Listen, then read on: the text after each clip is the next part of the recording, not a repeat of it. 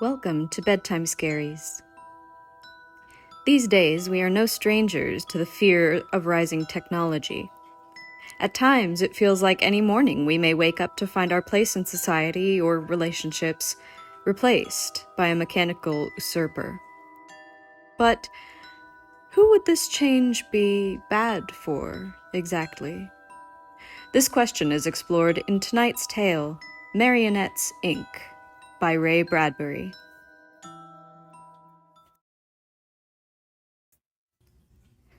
They walked slowly down the street at about 10 in the evening, talking calmly. They were both about 35, but eminently sober. "But why so early?" said Smith. "Because," said Brayling. "Your first night out in 10 years and you go home at 10 o'clock? Nerves, I suppose. What I wonder is how you ever managed it. I've been trying to get you out for 10 years for a quiet drink. And now, on the one night, you insist on turning in early." "Mustn't crowd my luck," said Brayling. "What did you do? Put sleeping powder in your wife's coffee?" "No, that would be unethical." "You'll see soon enough." They turned a corner. "Honestly, Brayling, I hate to say this, but you've been patient with her. You may not admit it to me, but marriage has been awful for you, hasn't it?" "Oh, I wouldn't say that." "It's got around anyway, here and there, how she got you to marry her. That time back in 1979 when you were going to Rio." "Oh, dear Rio. I never did see it after all of my plans." "And how she tore her clothes and rumpled her hair and threatened to call the police unless you married her?" "She always was nervous, Smith, understand."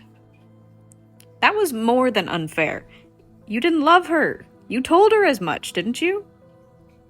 "I recall I was quite firm on the subject." "But you married her anyhow." "I had my business to think of, as well as my mother and father. A thing like that would have killed them." "And it's been 10 years?" "Yes," said Brayling, his gray eyes steady. "But I think perhaps it might change now. I think what I've waited for has come about. Look here." He drew forth a long blue ticket. "What? It's a ticket for Rio on the Thursday rocket." "Yes, I'm finally going to make it." "But how wonderful! You do deserve it, but won't she object? Cause trouble?" Brayling smiled nervously. "She won't know I'm gone. I'll be back in a month, and no one the wiser, except you." Smith sighed. "I wish I were going with you." "Poor Smith. Your marriage hasn't exactly been roses, has it?" Not exactly. Married to a woman who overdoes it. I mean, after all, when you've been married 10 years, you don't expect a woman to sit on your lap for 2 hours every evening, call you at work 12 times a day, and talk baby talk. And it seems to me that in the last month she's gotten worse. I wonder if perhaps she isn't just a little simple-minded." Smith, always the conservative. "Well, here's my house. Now, would you like to know my secret? How I made it out this evening? Will you really tell?" "Look up there," said Brayling. They both stared up through the dark air. In the window above them, on the second floor, a shade was raised. A man about 35 years old, with a touch of gray at either temple, sad gray eyes, and a small thin mustache, looked down at them. Why, that's you!" cried Smith. "Shh! Not so loud." Brayling waved upward. The man in the window gestured significantly and vanished. "I must be insane," said Smith. "Hold on a moment." They waited. The street door of the apartment opened, and a tall, spare gentleman with a mustache and grieved eyes came out to meet them. "Hello, Brayling," he said. "Hello, Brayling," said Brayling. They were identical. Smith stared. "Is this your twin brother? I never knew." No, said Brayling quietly. "Bend close, put your ear to Brayling 2's chest. Smith hesitated, and then leaned forward to place his head against the uncomplaining ribs.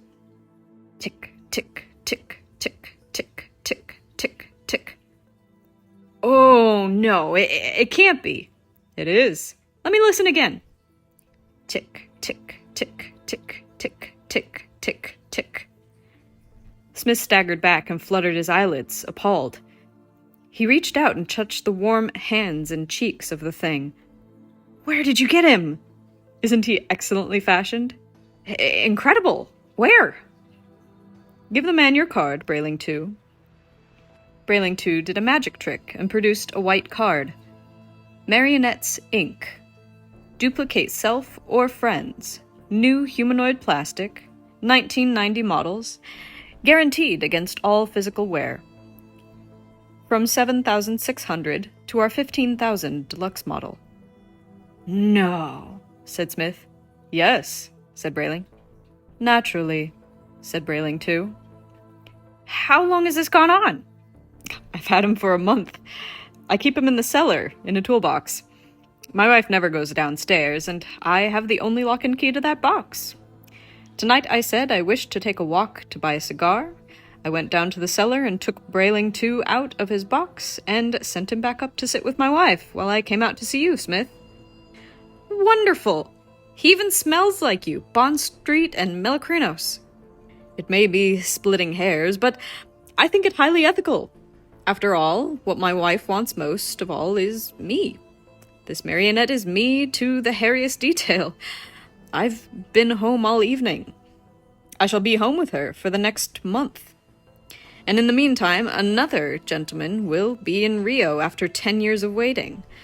When I return from Rio, Brayling 2 here will go back in his box. Smith thought that over for a minute or two. Will he walk around without sustenance for a month? He finally asked. For 6 months, if necessary. And he's built to do everything, eat, sleep, perspire, everything natural as natural is. You'll take good care of my wife, won't you, Brayling 2? Your wife is rather nice, said Brayling 2. I've grown rather fond of her. Smith was beginning to tremble. How long has Marionettes, Inc. been in business? Secretly, for 2 years. Could I mean, is there a possibility?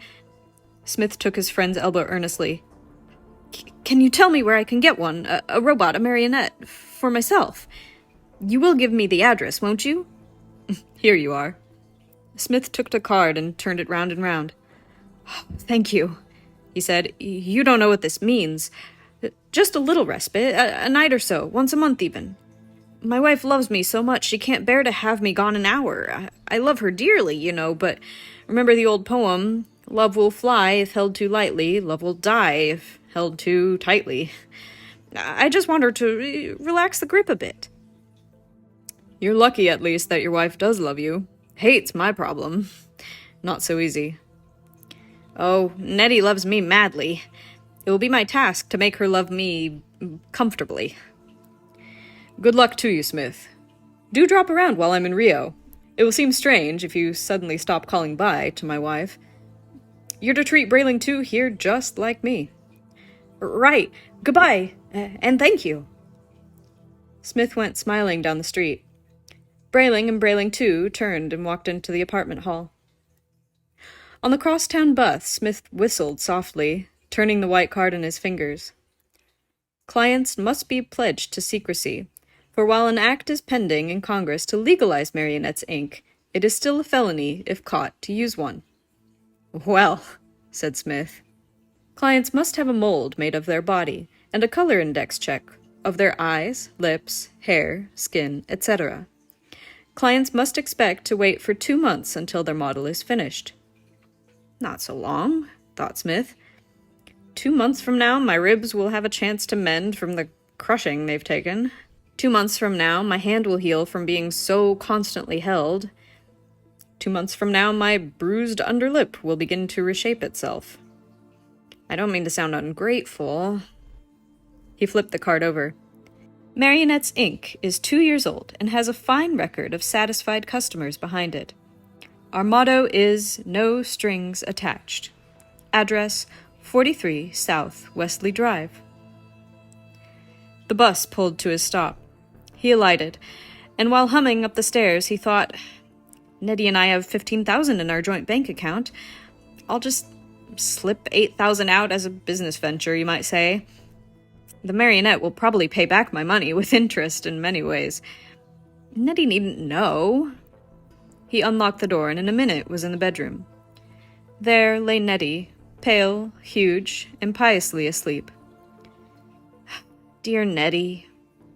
He was almost overwhelmed with remorse at her innocent face there in the semi-darkness. If you were awake, you would smother me with kisses and coo in my ear. Really, you make me feel like a criminal. You've been such a good, loving wife. Sometimes it is impossible for me to believe you married me instead of that Bud Chapman you once liked. It seems that in the last month you've loved me more wildly than ever before. Tears came to his eyes. Suddenly he wished to kiss her, to confess his love, tear up the card, and forget the whole business. But as he moved to do this, his hand ached and his ribs cracked and groaned.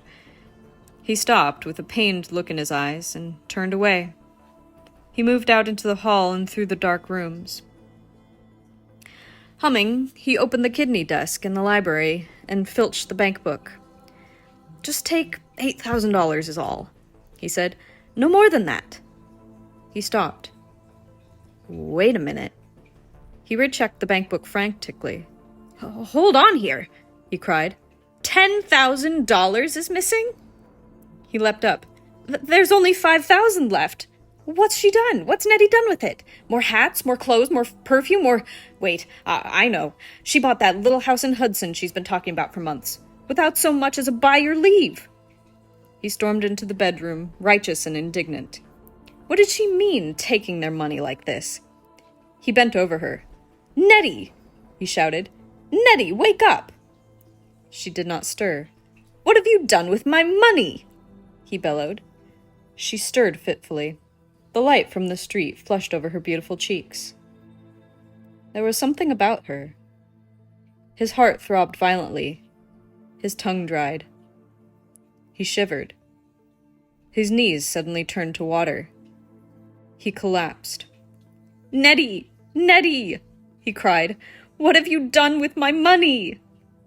And then, the horrid thought.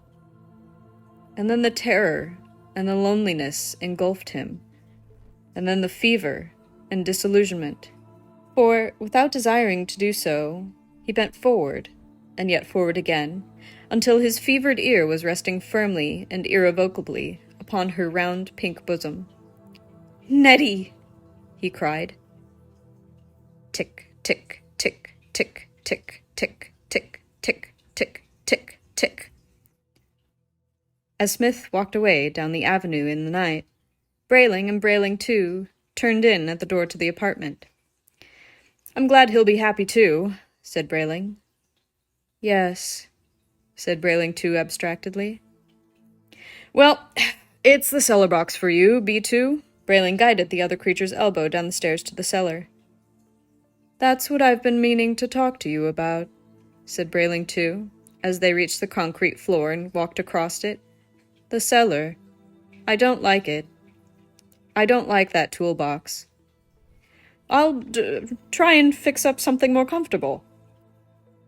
Marionettes are made to move, not lie still. How would you like to lie in a box most of the time? Well, you wouldn't like it at all.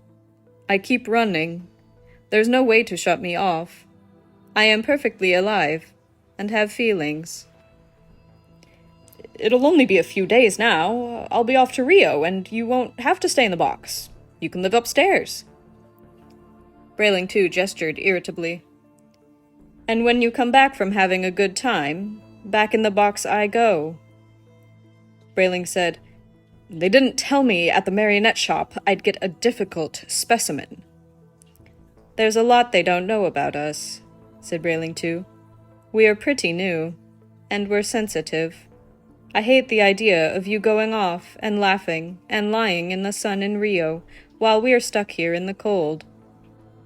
"But I've wanted that trip all my life," said Brayling quietly.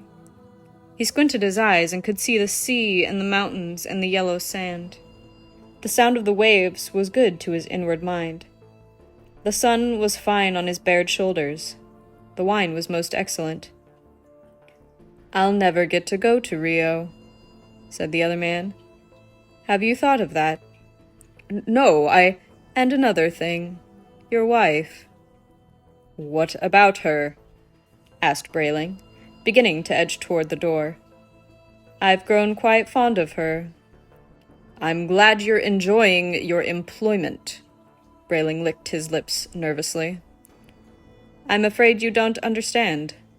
I think I'm in love with her." Brayling took another step and froze. "You're what?" "And I've been thinking," said Brayling too, "how nice it is in Rio, and how I'll never get there. And I've thought about your wife, and I think we could be very happy." That's nice." Brayling strolled as casually as he could to the cellar door. "You won't mind waiting a moment, will you? I have to make a phone call." "To whom?" Brayling too frowned. "No one important." "To Marionettes, Incorporated. To tell them to come get me." No, nothing like that." He rushed out the door. A metal firm grip seized his wrist. "Don't run." "Take your hands off." "No." "Did my wife put you up to this?" "No." "Did she guess? Did she talk to you? Does she know? Is that it?" He screamed. A hand clasped over his mouth. "You'll never know, will you?" Brayling too smiled delicately. "You'll never know." She must have guessed. She must have affected you," Brayling too said. "I'm going to put you in the box, lock it, and lose the key. Then I'll buy another Rio ticket for your wife." Now wait a minute. Hold on. Don't be rash. Let's talk this over." "Goodbye, Brayling." Brayling stiffened. "What do you mean, goodbye?" 10 minutes later, Mrs. Brayling awoke. She put her hand to her cheek. Someone had just kissed it. She shivered and looked up. "Why, you haven't done that in years," she murmured. "We'll see what we can do about that," someone said. Sleep tight.